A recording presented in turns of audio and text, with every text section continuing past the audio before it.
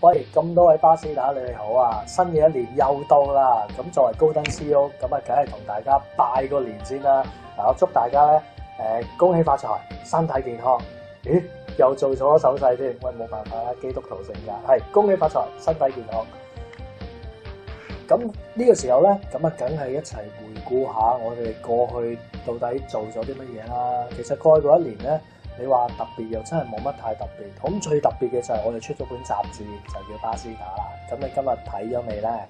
咁啊都想同大家分享下，其實出本雜誌咧，比想象中真係仲艱難嘅。咁你睇下第一期點解係小弟做封面嘅咧？就係因為揾唔到人做封面，咁咪自己頂上，冇辦法啦。咁之後開始咧，亦都有好多藝人去支持我哋啦。特別要多謝嘅就係阿大師咧，二話不說就肯做我哋第二期嘅封面啦。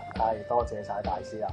咁過去亦都年年都同大家講，喂，不如搞網上會員大會啊！但係其實條數走咗咁耐啦，係時候都要還翻呢條數出嚟㗎啦。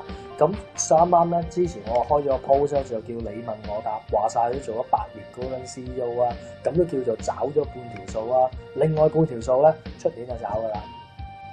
咁好啦，回顧完啦，咁啊，梗係去展望下將來啦。嚟緊新嘅一年，我哋有啲乜嘢搞作咧？嗱，其實亦都想同會員多啲互動啦，因為我哋見到你問我答裏面啲會員都好活躍㗎，咁所以會員大會咧，基本上勢在必行㗎啦。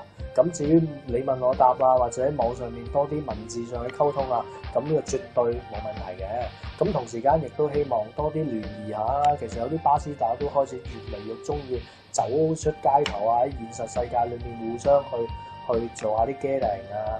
咁當然唔係去殘次嗰種啦。咁我覺得我哋都可以出嚟，大家去輕鬆一下嘅。咁最後啦，咁啊，梗係同大家再祝多一次大家啦。咁我祝福大家咧，心想攞錯。咦，係喎，唔好意思，呢個唔係，呢個先真啊！心想事成，身體健康。